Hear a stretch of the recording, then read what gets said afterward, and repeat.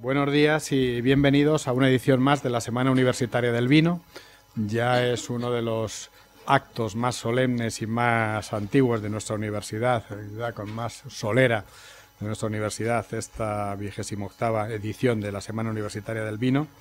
La verdad es que para actividades organizadas por... ¿Se oye o no? ¿Se oye mejor ahora?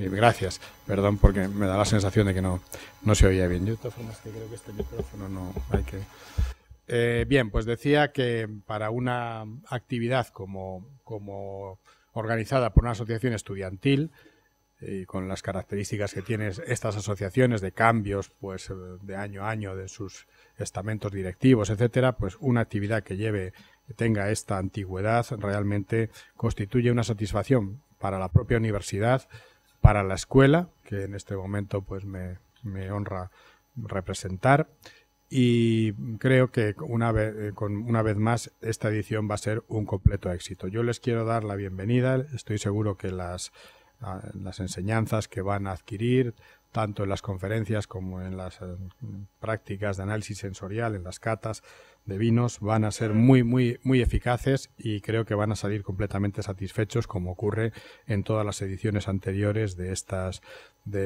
sesiones. Quiero, pues en primer lugar, dar la más cordial enhorabuena a la Asociación Cultural por haber tenido el éxito de las anteriores ediciones y de esta, que estoy seguro que va a tenerlo también. En la mesa a mi derecha está representada la Asociación Cultural La Carrasca por su presidenta, Marta Jaramillo, que ahora le daremos la palabra para que les dirija unas breves palabras, y por el vicepresidente, Saúl Sánchez, que ya es un poco más veterano en las lides de la dirección y ya lleva 2 o 3 ediciones ahí el hombre. Pues la verdad es que lo bueno de La Carrasca es que la dirección y los miembros es muy democrático todo y todos hacen de todo, igual que hoy día nos toca hacer casi a todos cuando estamos metidos en alguna dirección, alguna cosa de este estilo. Aparte de darle las gracias a ellos, pues también quiero darles sobre todo pues las gracias a todos los ponentes que de forma completamente desinteresada pues acceden a sus exposiciones y a dar sus conocimientos a estas actividades que son de un gran interés para nosotros, como digo, como escuela, teniendo en cuenta pues que en nuestra escuela las enseñanzas relacionadas con la enología, con el vino, con la viticultura, con todo lo que es el cultivo de la vid, etcétera, pues tienen una parte sustancial e importante de nuestros planes de estudio en las 2 titulaciones que impartimos en esta escuela. Y como decía, pues a mí lo que me corresponde ahora es dar las gracias a todos los conferenciantes y catadores que van a venir. Hoy los tenemos aquí representados a ellos, pues y lo hago lo hago a él y en nombre de todos, pues al profesor de la escuela, Santiago Benito Sáez, que va a dar una conferencia sobre desacidificación málica. Y bueno, pues creo que tenemos que, como digo, pues sus enseñanzas son muy positivas para todos nosotros y creo que hay que agradecerles. Hay que agradecer también, pues que, bueno, primero hay que resaltar que el programa de la jornada de esta semana universitaria este año se haya diversificado mucho y bueno, pues veo que junto a los típicos conferencias relacionadas con las denominaciones de origen o con los vinos de un área determinada, pues se ha pasado también a hablar de la comunicación en el vino y se ha hablado también al tema de la internacionalización en el vino. Creo que los alumnos de La Carrasca están muy bien informados a través de su lógica afición a esto y sus profesores, etcétera, de todo lo que pasa en el mundo del vino, y creo que han diversificado muy bien los contenidos de las jornadas y será un éxito como siempre. Y finalmente, pues lo que quiero es, antes de dar la palabra a la presidenta, quiero agradecer a todos los que hacen posible el éxito de estas ediciones sucesivas de la Semana Universitaria del Vino, pues ya lo he dicho, a los profesores y catadores, a los consejos reguladores de las denominaciones de origen que presentan sus muestras a a Qatar, a los patrocinadores, etcétera. A todos quiero darle las gracias porque seguramente que sin ellos no sería posible Y bueno, pues nada más que eso. Muchas gracias a todos por asistir y ya damos la palabra a la presidenta Marta Jaramillo. Gracias. Buenos días, bienvenidos a la 28ª Semana Universitaria del Vino. Nada, simplemente quería dar las gracias a toda la dirección de la escuela, en concreto a Francisco González Torres, que es el director, por todas las facilidades que nos han dado para que esta semana sea posible un año más. A todos vosotros por asistir y a Santiago Benito, que es profesor de la escuela y es el que nos va a impartir la primera conferencia de la semana, que, como ya ha dicho el director, va a tratar de la desadificación málica. Así que nada, sin nada más, paso la palabra a Santiago. Bueno, en primer lugar, agradecer a la organización de la Asociación Carrasca pues su invitación a través de sus directivos, Marta y Saúl, a poder dar una conferencia. Es decir, normalmente mis alumnos no me piden que les dé clases y no están obligados, por eso pues me hace bastante ilusión. Entonces, bueno, yo soy Santiago Benito Sáez, del Departamento de Ciencia y Tecnología aplicadas a la Ingeniería Agrícola. Entonces, la conferencia que vamos a abordar es desadificación málica. Entonces, los objetivos de esta conferencia son, en primer lugar, conocer el significado tecnológico de la fermentación maloláctica. Es decir, no tanto el significado microbiológico que aparece en todos los libros, sino el que sería de tecnología de los alimentos. Lo más interesante para vosotros, quizás sea el segundo punto, tener una idea de cómo realizar y controlar un proceso de fermentación maloláctica. Y luego una segunda parte de la conferencia que va a tratar acerca de conocer el empleo del género Schizosaccharomyces como alternativa a la fermentación maloláctica. Simplemente es una alternativa que recientemente ha sido aprobada por la Organización Internacional de la Vid y el Vino y pues para darla a conocer. Y por último, pues conocer unas nuevas tendencias del uso del género de Schizosaccharomyces distintas a la desadificación y que pues poco a poco van cogiendo cuerpo en lo que es en el mundo de la enología. En primer lugar, vamos a empezar con lo que es la definición de la fermentación maloláctica, quizá desde un punto de vista bioquímico, que es la transformación a través de unos microorganismos, que son bacterias lácticas. Ya veremos más adelante cuáles son las dos especies que se utilizan, de un ácido diprótico, es decir, que contiene dos grupos ácidos, observarlos aquí, están marcados en rojo, el ácido málico, L negativo, en ácido láctico, a través de una descarboxilación. Entonces, pues el significado teórico es la transformación de 100 gramos de ácido málico en 67,2 gramos de ácido láctico y con la liberación de 32,8 gramos de CO2. Yo, desde el punto de vista de tecnología de los alimentos, pues preferiría definirlo de esta otra manera, que es la definición que tenéis aquí abajo, y es a lo que os vais a enfrentar vosotros el año que viene cuando estéis en una bodega, que es obtener una desadificación málica al menor coste en color, acidez volátil y gusto. Es decir, es un proceso el cual vamos a tener unos efectos colaterales o vamos a pagar en parámetros de calidad.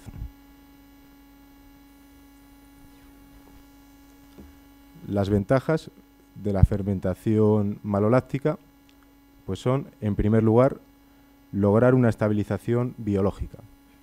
Es decir, observar lo que figura aquí en una botella, que está turbia.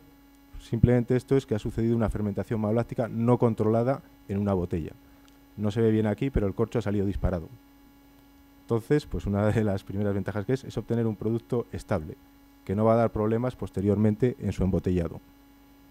Segundo, es conseguir una mejora en el balance organoléptico, es decir, un vino duro o muy acerbo, de mucha acidez, pues se va a ver esta reducida, debido a que, como os he dicho, el ácido málico pues contiene dos grupos ácidos y el ácido láctico únicamente uno, por lo que el ácido láctico es un ácido más suave que el málico y más agradable al paladar.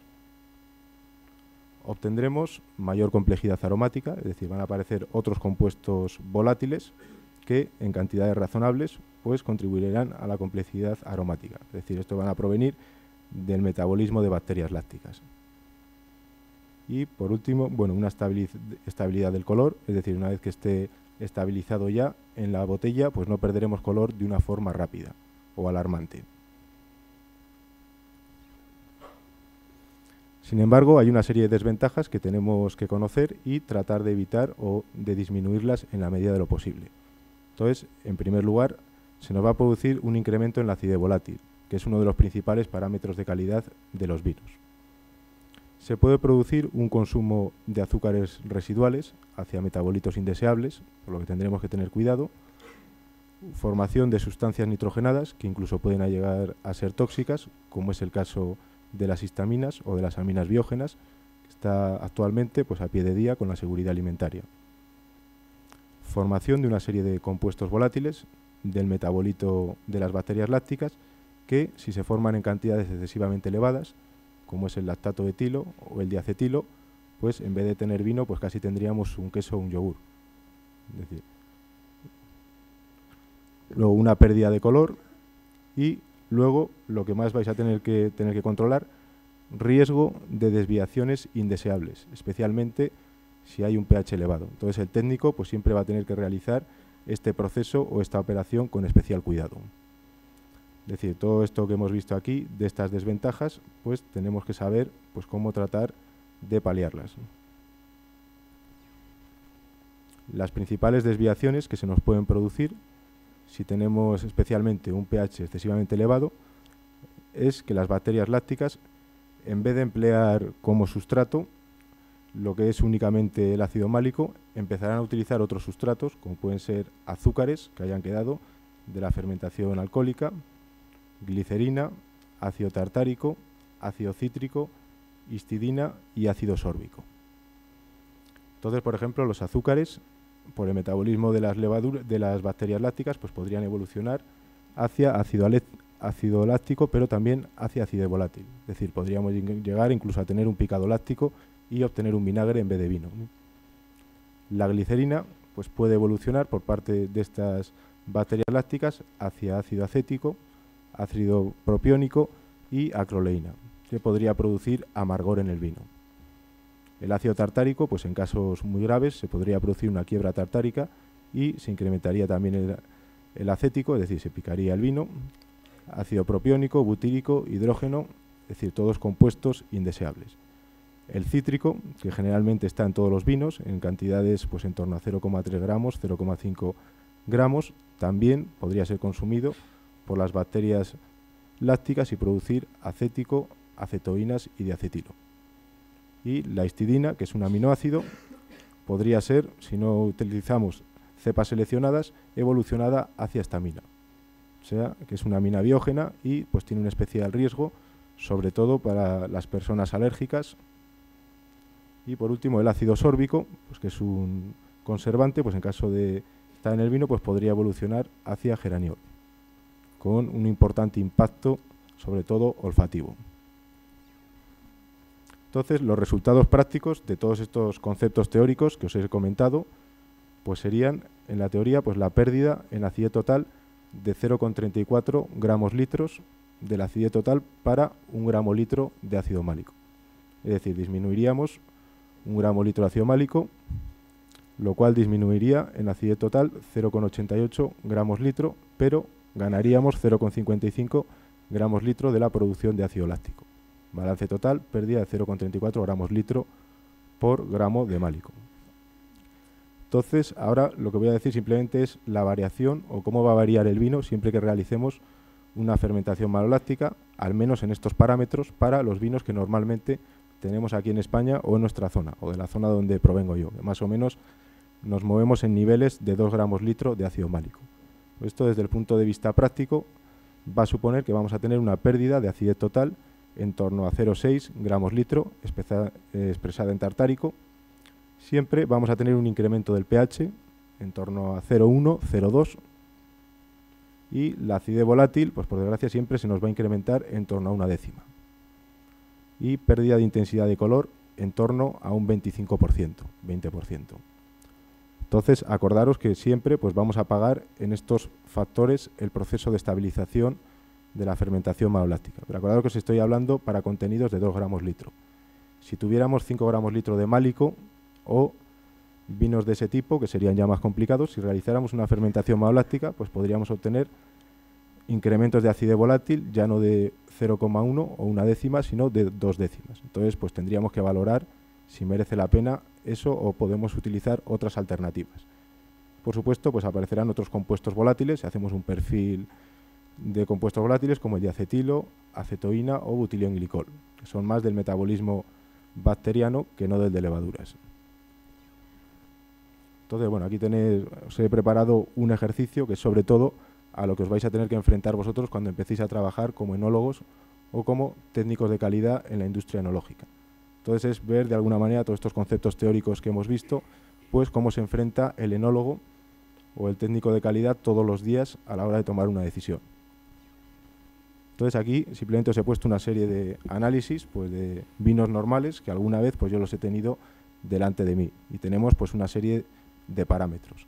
Ahora lo vemos todo en negro, pero después de las nociones que os he dado, si las habéis asimilado, aunque hemos tardado muy poco tiempo y por eso os voy a ayudar, pues lo tendríais que ver de la siguiente manera. La pregunta es si sería recomendable realizar la fermentación maloláctica en los siguientes vinos. Entonces yo simplemente os doy una posible solución de cómo el técnico pues lo tiene que ver con sus conocimientos a la hora de valorar si lo va a someter o no. Entonces os he dicho que antes os iba a preguntar a algunos, pero bueno, ya lo resuelvo yo. Entonces tenemos el primer vino, no sé si podéis ver bien todos los factores, aunque he puesto en grande los más relevantes, que yo aquí pues en su día le puse apto para realizar una fermentación maloláctica. Entonces vemos que tenemos una acidez volátil moderada de 0,38, claro que la acidez volátil a partir de 0,5 en un vino joven pues se considera ya que es un vino pues con la calidad un poco devaluada. Una acidez total de 6,5, un pH de 3,3, pues bueno, correcto, un poco más bajo de 3,6. Tenemos ácido málico 1,4, pues tendremos que tratar de eliminar eso para evitar que eso suceda en la botella. Los contenidos en sulfuroso, libre y total, pues bueno, son de 9 y más o menos 40, cual pues bueno, son valores normales al final de una fermentación alcohólica. Grado alcohólico 12,83, azúcar de reductores por debajo de 2 gramos litro, intensidad de color 9, nitrógeno total 150, glicerol 6,2 y prácticamente no tiene ácido cítrico. Bueno, pues este es el ejemplo de un libro, un ejemplo de libro de un vino que sería apto para realizar una fermentación maloláctica y todo sería positivo. Sin embargo, fijaros que tenemos el vino número 2. Tenemos una acidez volátil pues muy atractiva, en torno a 0,2, es decir, muy baja. Este vino pues tendría un alto valor añadido por este contenido. El pH pues no nos gusta tanto, está ya acercándose. Y fijaros, ácido málico no tenemos más que 0,4. En el caso anterior pues teníamos 1,4. Los niveles de sulfuroso libre bajos, por debajo de 10. Grado alcohólico por encima de 14. Azúcares reductores tenemos 5,2. Acordaros que un vino se considera dulce cuando tiene, o un vino seco se considera seco cuando tiene menos de 5 gramos litro. Entonces aquí estaríamos justo en la frontera. La intensidad de color, pues bueno, sería un parámetro aquí de bastante calidad, el que fuera un 12, por encima de 10. Nitrógeno total, pues relativamente bajo. El ácido cítrico, 0,5, pues un poquito elevado. Entonces tendríamos que ser conscientes, en este caso el técnico, de si hacemos la fermentación maloláctica, pues deberíamos controlarla, pero con lo que os he dicho antes, tenemos que ser conscientes de que la acidez volátil va a subir. Vamos a perder esta acidez volátil tan atractiva. Y con un pH tan elevado, seguramente pues el cítrico también va a ser atacado, aunque no lo he señalado aquí, y por supuesto los azúcares reductores. Entonces el perfil del vino puede cambiar desde el punto de vista de calidad totalmente. Entonces pues habría que pensárselo. El siguiente vino, pues sobre todo ahora, está, pues por las normativas legales, se está reduciendo muchísimo lo que es el contenido en anhidro sulfuroso. Entonces, por ejemplo, alguna de las alternativas es el ácido sórbico. Entonces, por ejemplo, fijaros que este vino contiene ácido sórbico. Si un vino contiene ácido sórbico, yo lo debo saber, porque si realizo una fermentación maloláctica, estos 200 miligramos litro van a pasar a geraniol. Entonces ese vino va a quedar marcado ya de por vida, con este impacto olfativo. El segundo vino, pues vemos, el vino cuarto, pues vemos ya que tiene una acidez volátil pues en torno cerca de 0,6. Esto para un vino joven pues ya es un poco alarmante que esté un poco por encima de 0,5. Claro que tenemos el sulfuroso total en torno a 100. Esto para un vino joven significa que algo raro ha pasado durante la fermentación. Es decir, se ha combinado muchísimo anhidro sulfuroso. Entonces, pues bueno, aquí de ácido málico sabemos que tenemos en torno a 2 gramos litro. Entonces yo sé que si aquí hago una fermentación maloláctica, si te estoy ahora casi en 0,6 gramos litro de acidez volátil, seguramente pase a 0,7 o incluso algo más. Y el vino quinto, fijaros que tengo una acidez volátil ya de 0,5 en el límite un pH muy elevado, un color pues muy atractivo, que sería una intensidad de color de 12, y tengo un nivel muy elevado de glicerina. Pues tenemos que saber que con un pH de 4 pues tendremos que hacer la fermentación maloláctica con bastante cuidado. Acordaros que una de las posibles desviaciones era que las bacterias lácticas pues se nutrieran, aparte de que está aquí el azúcar a 5,1, el ácido málico algo bajo, pues se podría nutrir también del glicerol y pues producir acroleína o incremento de acético. Y por último el vino 6, que esto seguramente, pues sobre todo desde el norte de España, en muchos sitios, os tocará vivirlo continuamente. Todos los parámetros prácticamente son ideales, pero fijaros que el contenido de nitrógeno total es superior a 1000 miligramos litro. Yo os he dicho que uno de los riesgos que puede haber es la producción de las aminas biógenas, si se realiza un proceso de fermentación maloláctica.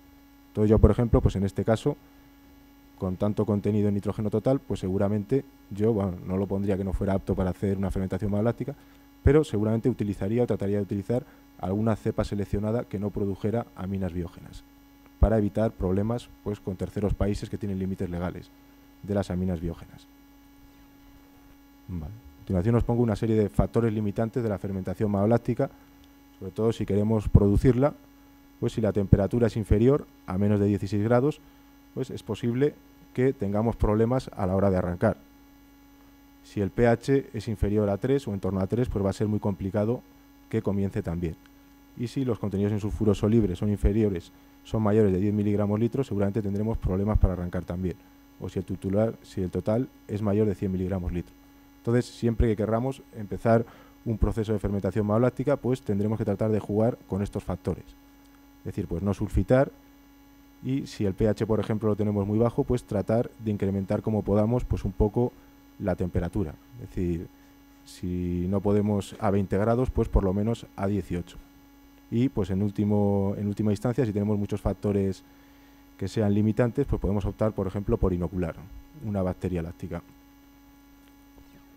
A continuación vamos a ver las bacterias lácticas que realizan la fermentación maloláctica. Entonces vamos a ver aquí las dos especies que existen. Entonces tenemos por un lado Lactobacillus plantarum y por el otro lado Oenococcus oenos, o antiguamente llamado Leuconostoc. Entonces vamos a ver las características que tiene cada uno y luego pues llegaremos a la conclusión de cuándo se debe aplicar cada uno o cuándo es más conveniente aplicarlos. Entonces vemos que el Lactobacillus plantarum es homofermentativo. ¿Qué significa esto? Significa que únicamente se nutre o va a metabolizar lo que es el ácido málico.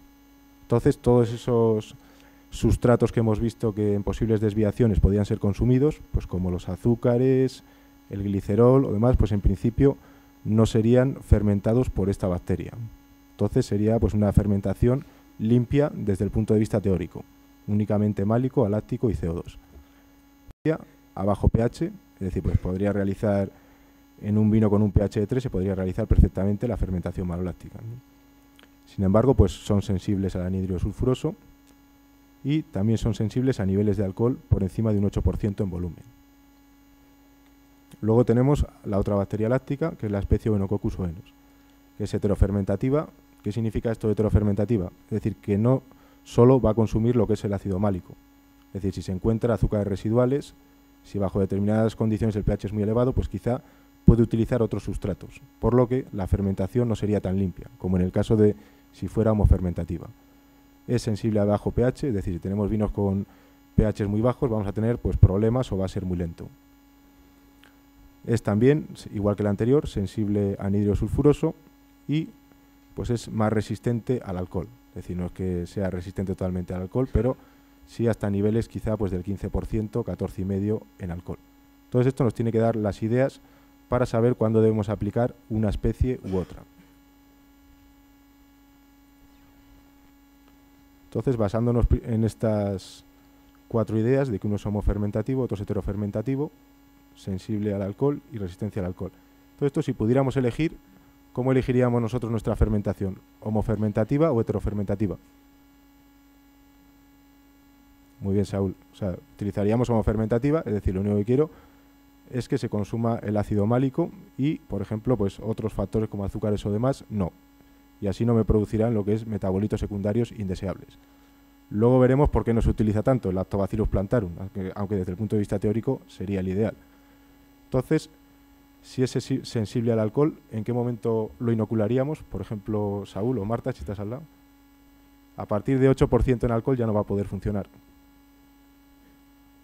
Entonces debería ser en mitad o al principio de la fermentación. Acuérdate también que es sensible al anhídrido sulfuroso, pues tendríamos que evitar también adicionar mucho anhídrido sulfuroso. En cambio, bueno, aquí hay una gráfica donde se representa lo que es la densidad de un vino, es decir, que representa el contenido azucarado y su descenso durante la fermentación alcohólica. Entonces vemos, como ha dicho Saúl, que la aplicación ideal pues sería antes de que comience el consumo o la producción de etanol.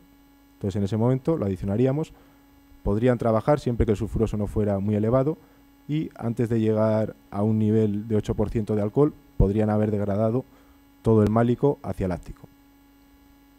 Luego tenemos la otra alternativa, que es el Enococcus oenus, que hemos visto que es heterofermentativo. Entonces, a toda costa deberemos evitar que se produzca un consumo de azúcares. Es decir, deberemos tratar de alimentarlo únicamente con ácido málico. Y tenemos la ventaja aquí de que es bastante resistente al alcohol.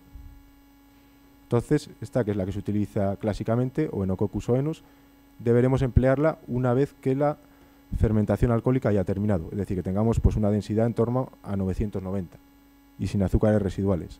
Entonces, en ese momento, la probabilidad de que se produzca una desviación pues será mínima, porque únicamente se nutrirán de lo que es málico. Os he dicho antes que generalmente se utiliza la especie o Enococcus oenus, nada más. Aquí tenemos la solución a la pregunta, pues como ha dicho antes Saúl, sería lo ideal emplear el Lactobacillus, que tiene únicamente una fermentación homofermentativa.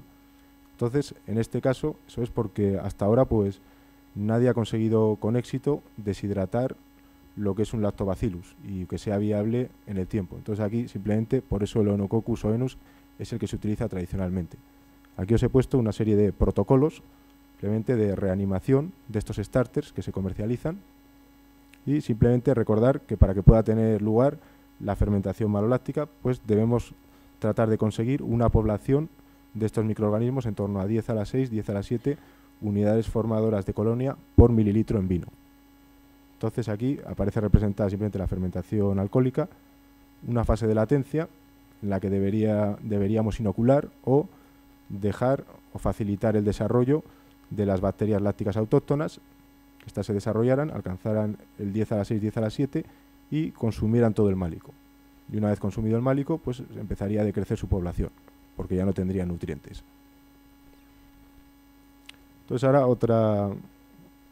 otro factor que será de bastante interés para vosotros cuando empecéis a trabajar lo que es en la industria enológica. Todo pues deberéis ser capaces, como hemos dicho al principio de la conferencia, de saber cómo controlar una fermentación maloláctica. Entonces, os digo que hay una serie de controles de calidad de la fermentación maloláctica, pues yo los distingo en dos familias. Unos al principio, para evaluar si vamos a tener dificultades de comienzo, y otros para evaluar lo que es el correcto desarrollo. Entonces, para evaluar dificultades al comienzo, pues deberíamos ver los niveles de sulfuroso libre total. Es decir, acordaros, si el sulfuroso libre está por encima de 10 miligramos litro, pues quizá tengamos problemas para que empiece.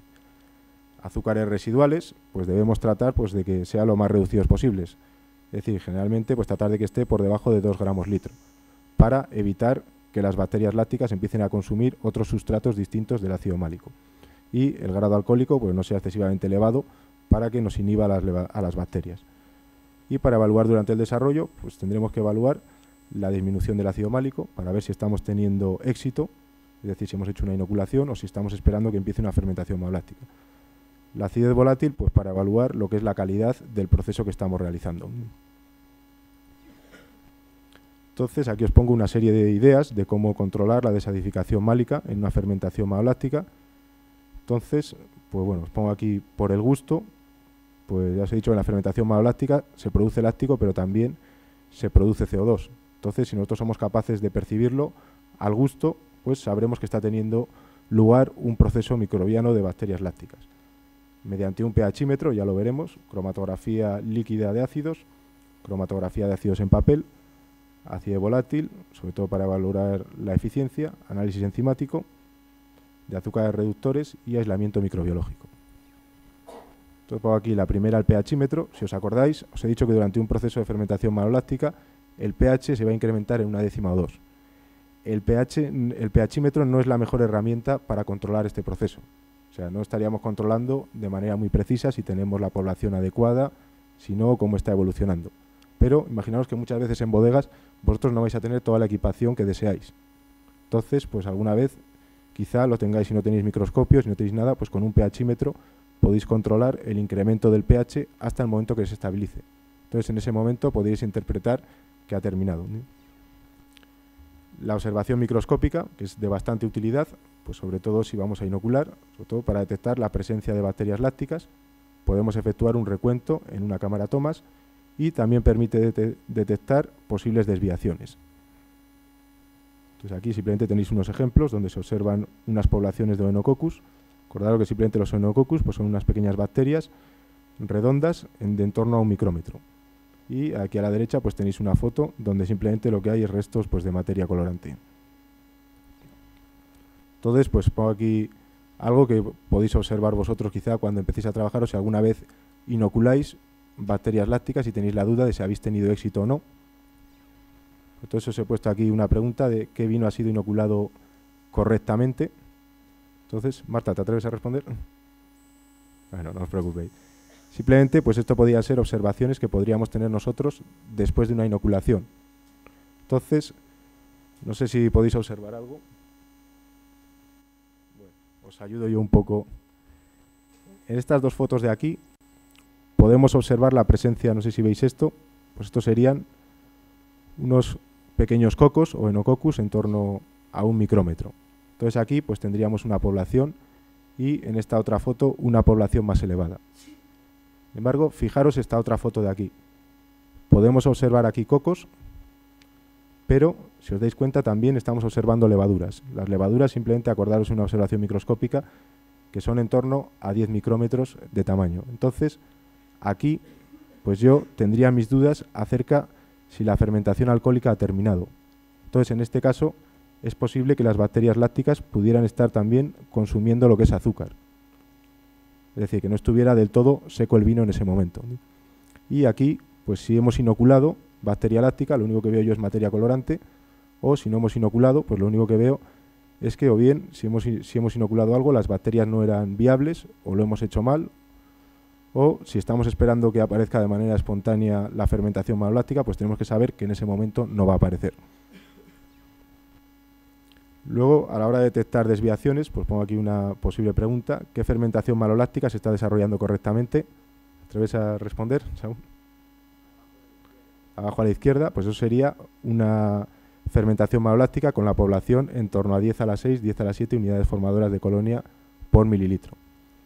Y el resto que estamos viendo, pues esto sería seguramente que está teniendo lugar al mismo tiempo la fermentación maloláctica y la fermentación alcohólica. Entonces esto sería un picado láctico, la desviación.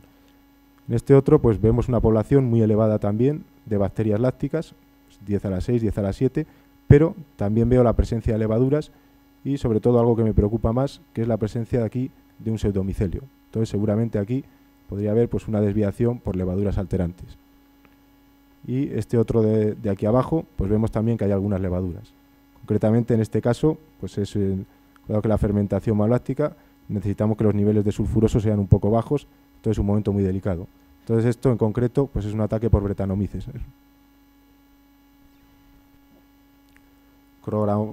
Cromatografía HPLC de ácidos, pues esto, la ventaja que tiene es que es rápido, bueno, o relativamente rápido. En 35 minutos podemos tener un perfil de todos los ácidos y me permite controlar otros ácidos aparte del ácido málico y el ácido láctico, por lo que es más fácil para mí detectar desviaciones.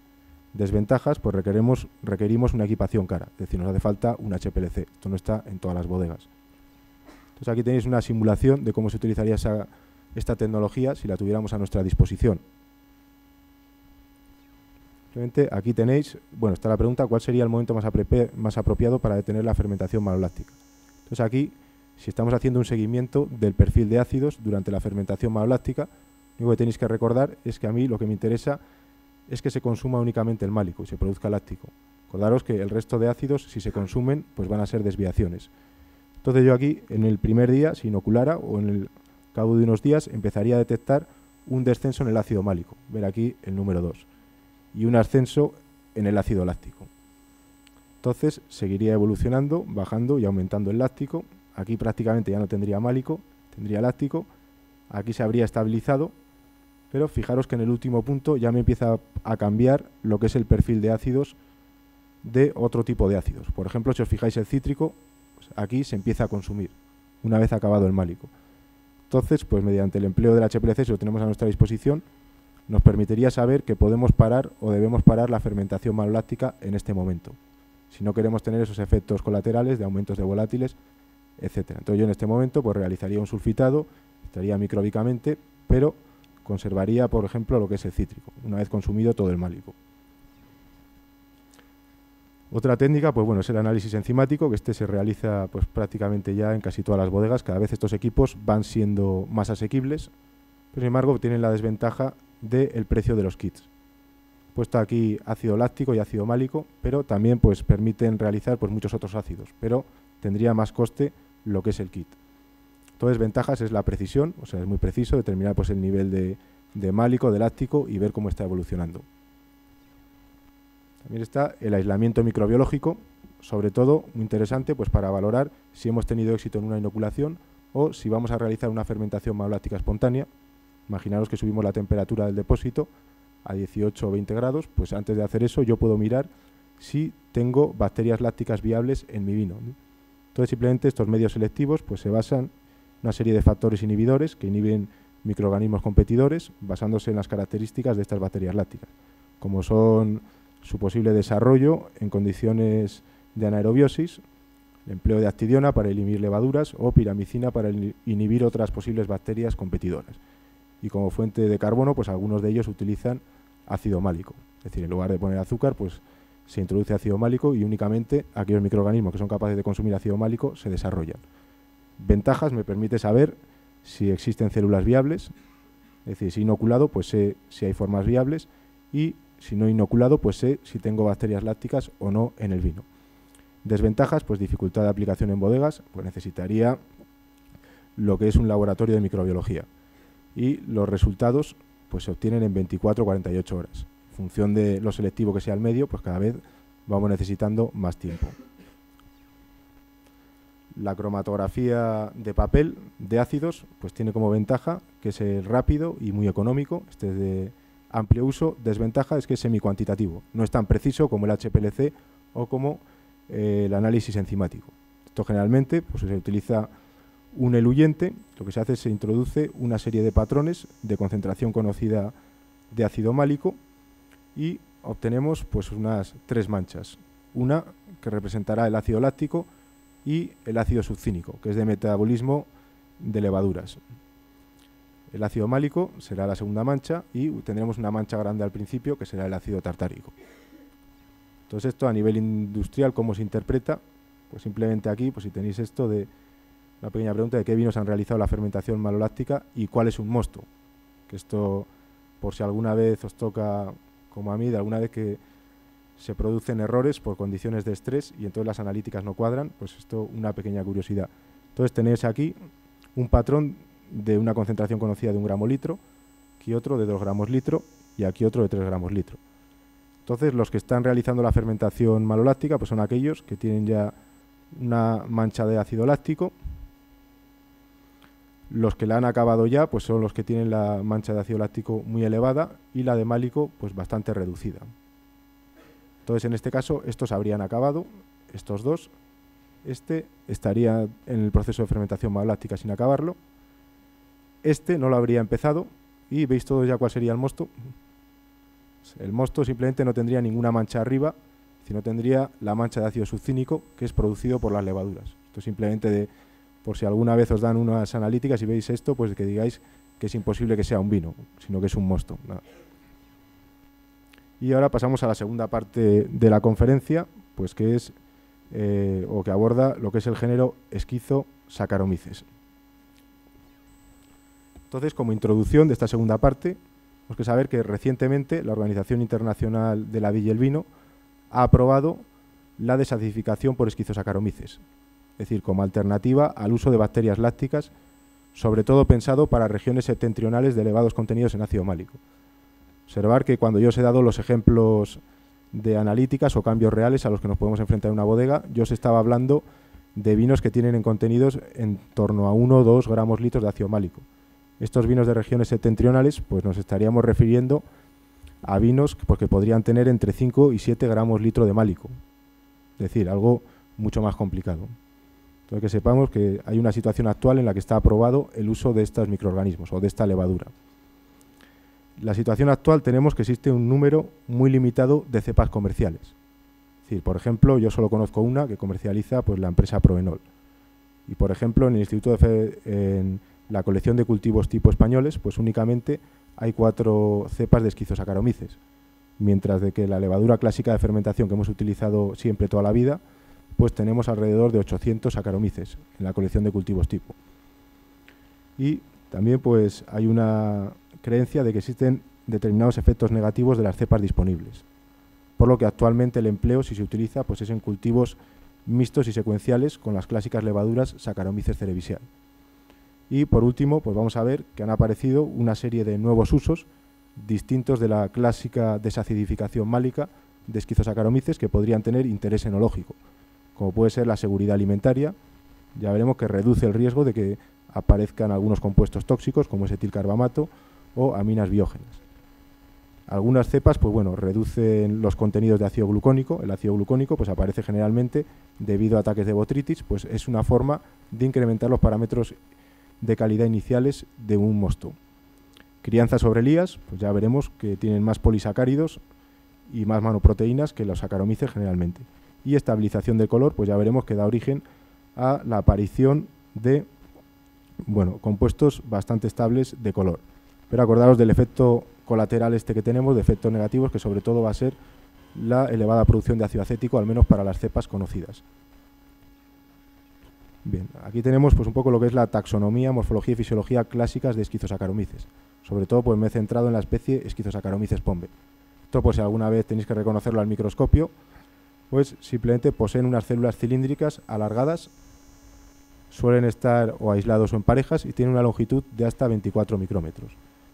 Son levaduras capaces de esporular o generar formas de resistencia, y lo que les caracteriza mucho a nivel de especie o de género es que su reproducción se produce por escisión esquizogonia. Es decir, no es la gemación clásica del resto de levaduras, sino lo que hacen es que generan un septo en el medio de la célula y se divide el microorganismo en 2 células. Son capaces de formar pseudomicelio y las características que les harían posible su empleo en enología, pues es que poseen un poder fermentativo importante de hasta 13-15% en volumen de alcohol y son capaces de metabolizar ácido málico. Esto, pues la taxonomía clásica que hay conocida de estos microorganismos. Luego ya veremos las nuevas aplicaciones enológicas. Aquí tenéis unos ejemplos de cómo se reconocería al microscopio. Pues simplemente empezaríamos a ver lo que es la reproducción por escisión, esquizogonia, es decir, el septo que realiza en la mitad de la célula. Aquí abajo os he puesto una figura donde podéis observar la reproducción vegetativa de estos microorganismos Schizosaccharomyces y la clásica reproducción por gemación de los convencionales Saccharomyces cerevisiae. Entonces aquí podemos observar también lo que os he dicho de que estos son en torno a 24 micrómetros, es decir 20, y los Saccharomyces pues en torno a 10. Aquí tenéis algunas imágenes de lo que son la esporulación de estos microorganismos. Entonces observamos aquí 4 esporas introducidas aquí en un asca. Pues esto sería un Schizosaccharomyces pombe que esporula en 4 esporas. Si fuera un Octosporus, pues tendríamos 8. Entonces aquí, tenéis un ejemplo de lo que es la fermentación maloalcohólica, que es una de las características fundamentales de interés enológico o la conocida hasta el momento para estos microorganismos. Entonces tenéis que quedaros con la idea de que ellos convierten el ácido málico, no lo convierten en ácido láctico como las bacterias lácticas, sino que lo transforman en etanol. Es decir, aquí la pérdida de acidez va a ser todavía mayor, porque vamos a perder el ácido málico, pero no vamos a ganar el ácido láctico. Es decir, el ácido málico, que tiene, si podéis observar aquí, 2 grupos ácidos y el etanol no tiene ningún grupo ácido. Todo esto tiene lugar a través de las enzimas malato-descarboxilasa en presencia de magnesio, la cual produce ácido pirúvico. Posteriormente actúa la piruvato descarboxilasa y produce acetaldehído, que por alcohol deshidrogenasa produce etanol. El balance bioquímico pues, de esta reacción pues, es de por 1 gramo de ácido málico obtenemos 343 miligramos de alcohol etílico, es decir, muy poca cantidad de alcohol, pero se consigue lo que es la reducción del ácido málico. Normalmente esta actividad pues, depende a nivel de cepa y en esta especie, Schizosaccharomyces pombe, pues oscila en función de las diferentes cepas entre 75 y 100% la reducción del ácido málico. Señalar que existen otros géneros de levaduras pues, que pueden también degradar ácido málico, pero como mucho hasta un 40%. Entonces aquí pues tenemos unos ejemplos de unos ensayos que hemos hecho en unos trabajos donde hemos empleado las 4 cepas de las colecciones de cultivos tipo de aquí de España. Entonces simplemente son 4 Saccharomyces. Eso, acordaros de que son simplemente 4 Schizosaccharomyces, mientras que hay 800 Saccharomyces. Entonces, o sea, hasta qué punto es representativo todo esto que hablamos de lo que es una especie entera o de un género. Entonces vemos aquí que se utilizó en este ensayo, simplemente se fermentó un vino de 2 gramos litro de málico, esterilizado, pues con las 4 cepas conocidas de Schizosaccharomyces y con 2 Saccharomyces normales. Entonces podemos observar que aquí se agrupan aquí abajo la cinética de los 3 Schizosaccharomyces y vemos que todos estos 3 pues llegan prácticamente hasta un contenido 0 en málico, por lo que la desacidificación málica pues habría sido un éxito, por lo menos de este punto. Vemos que alguno de ellos presenta una cinética distinta y que hay un tercer Schizosaccharomyces aquí que simplemente puede degradar el 50%. Lo vemos que los Saccharomyces pues degradan un poquito, pues en torno a un 20-25%, los 2 estudiados, pero ninguno llega al 100% de estas 3 cepas de Schizosaccharomyces. Entonces, pues bien, como dice la Organización Internacional de la Vid y el Vino, pues podrían emplearse estos microorganismos para desacidificar lo que son los vinos, desde el punto de vista málico. Esto es señalar que la cinética fermentativa para un inóculo inicial similar, pues simplemente vemos que los 2 que hay aquí abajo, que son los Saccharomyces, pues estos prácticamente acaban la fermentación en 10 días, 7 días, mientras que los Schizosaccharomyces pues fueron mucho más lentos, requirieron en torno a 15 días. Espera, se me ha olvidado deciros que aquí también la degradación total de ácido málico pues tuvo lugar en torno al 4.º día. Pero fijaros, en el 4.º día todavía todo el azúcar, el contenido inicial era de 220 gramos litro, fijaros el 4.º día todo el azúcar que queda todavía para la mayoría de los esquizo. O sea que los Saccharomyces pues prácticamente han consumido todo. Pues bueno, hasta aquí sería la aplicación clásica de desacidificación que se conocía ya desde varios años atrás y que ha sido aprobada actualmente. Ahora vamos a ver otras nuevas aplicaciones del género Schizosaccharomyces, pues que son quizá lo que le han dado o lo han puesto en el punto de mira este último año y por eso ha sido aprobado en la OIV, que son otras aplicaciones que pueden tener interés enológico. Entonces, simplemente es, por ejemplo, sobre crianza sobre elías, la estructura parietal de esta, bueno, en concreto esta es la especie Schizosaccharomyces pombe, pues podemos ver que es totalmente distinta la pared de la de Saccharomyces. Entonces podemos ver aquí algunos compuestos como quitín o alfa-galactomanosa, que simplemente eso se traduce en una mayor cesión en una crianza sobre elías de lo que son manoproteínas y polisacáridos. También su reducido consumo de compuestos nitrogenados. Si observamos en el ensayo que hemos visto antes, pues partiendo de un mosto con 190 miligramos litro de nitrógeno amínico primario, pues al final los Schizosaccharomyces se sitúan aquí y consumen hasta un 60 miligramos litro, mientras que los Saccharomyces parece ser que consumen más.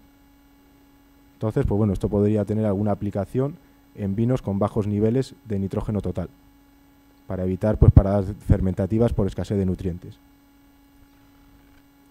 Otra aplicación pues sería la elevada producción de ácido pirúvico, que esto cómo se traduce desde el punto de vista tecnológico del vino. Pues simplemente el ácido pirúvico pues contribuye a la formación de compuestos colorados bastante estables, como puede ser en este caso la vitisina A, contiene o es derivado del ácido pirúvico.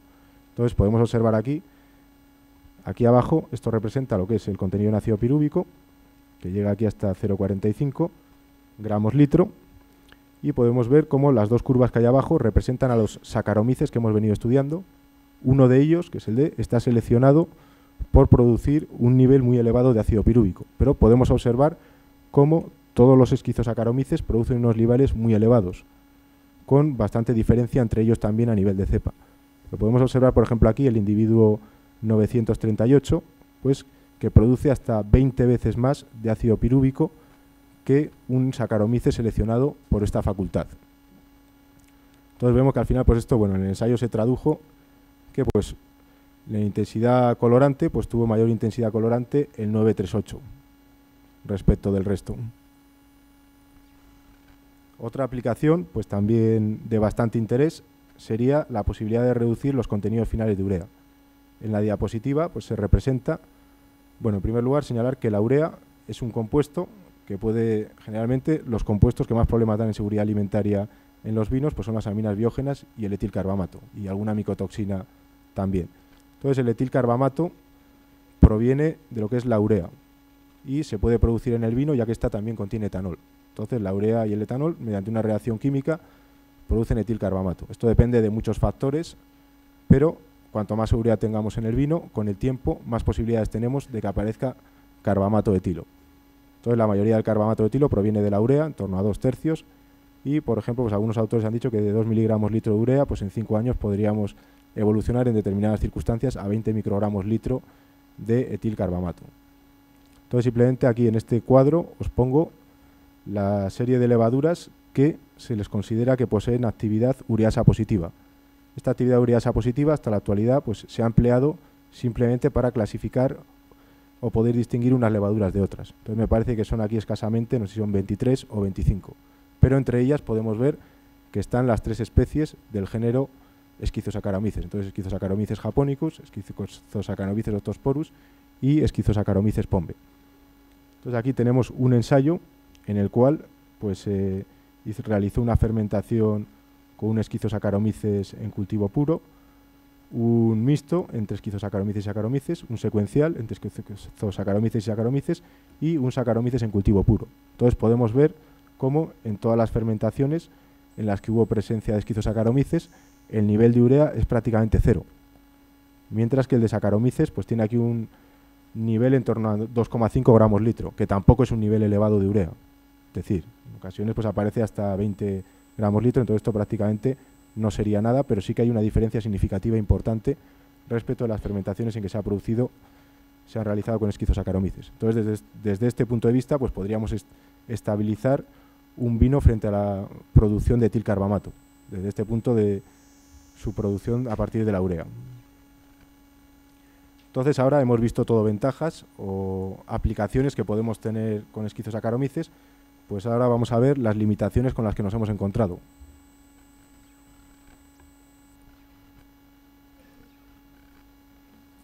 Entonces, la principal limitación que nos encontramos fue la elevada producción de ácido acético, es decir, utilizando las cepas de la colección de cultivos tipo.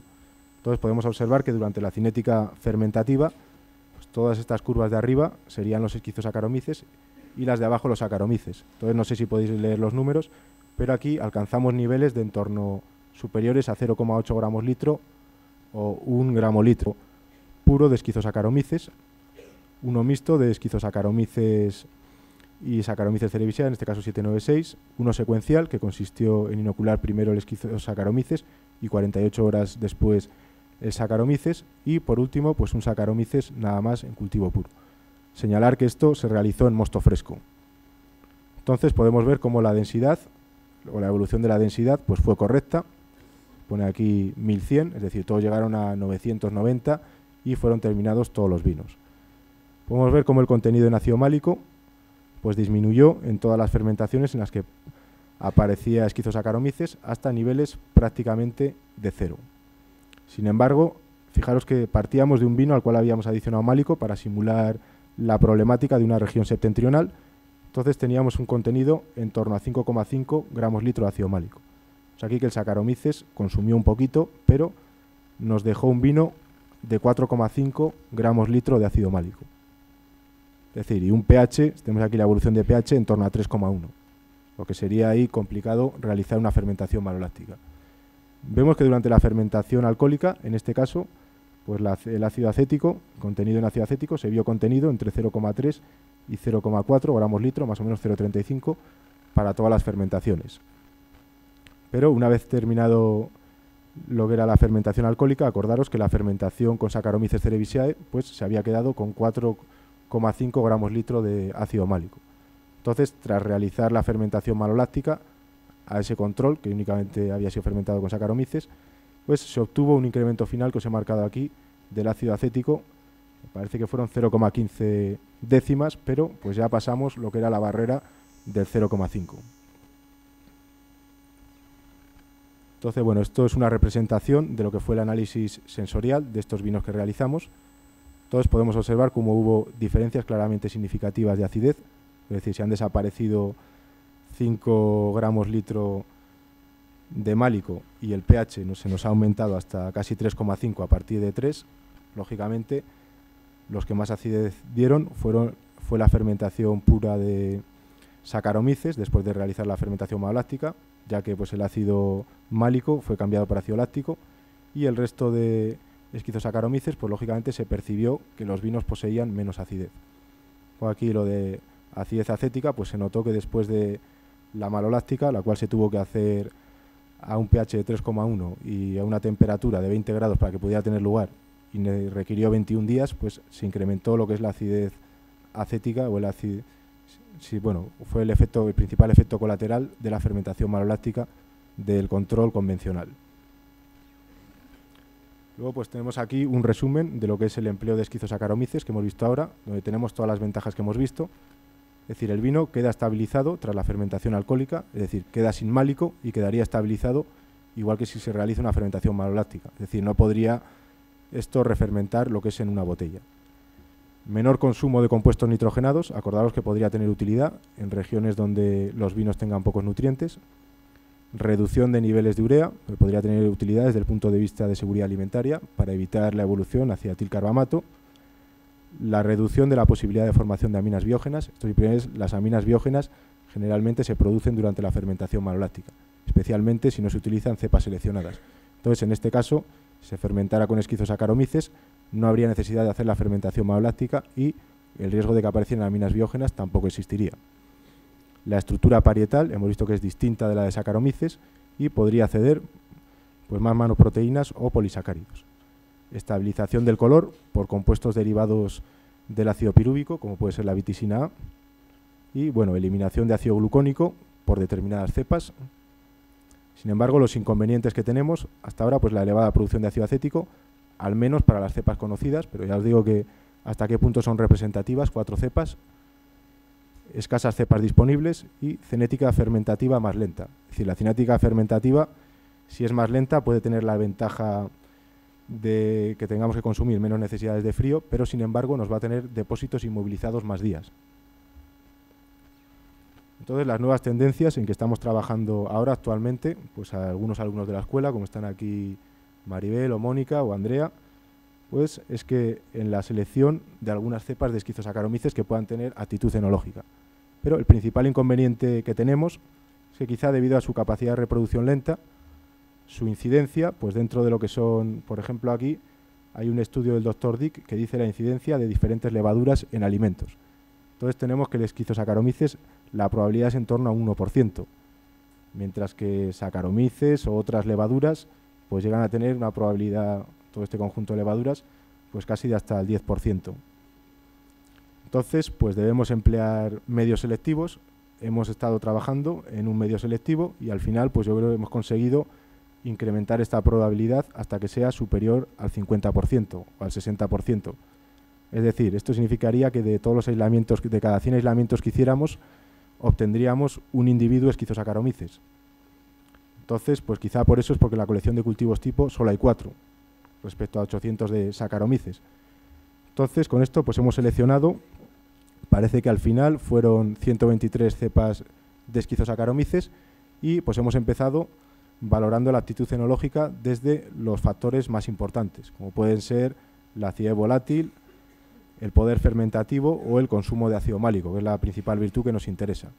Entonces podemos ver aquí que de todas las cepas estudiadas de Schizosaccharomyces, pues vemos que la mayoría están ubicadas en valores de ácido acético, pues en torno a 0,8 gramos litro, 0,6, 1, 1,2. Es decir, en realidad nos servirían la mayoría. Pero, por ejemplo, pues aquí aparece un individuo que tiene en torno a 0,3 gramos litro de ácido volátil. Entonces, este individuo sí que podría paliar el principal inconveniente que presentan actualmente las cepas empleadas.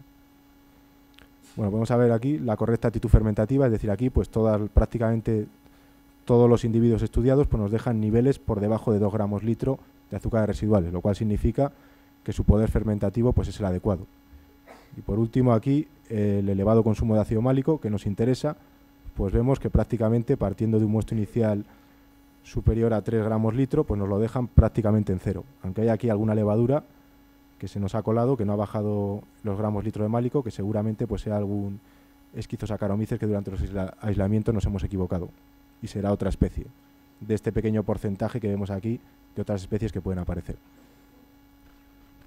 Bueno, aquí finaliza la conferencia. Primero pues agradecer a todos mis compañeros la ayuda que han hecho y especialmente a los alumnos que han trabajado en este trabajo, como pueda ser pues Maribel o Mónica.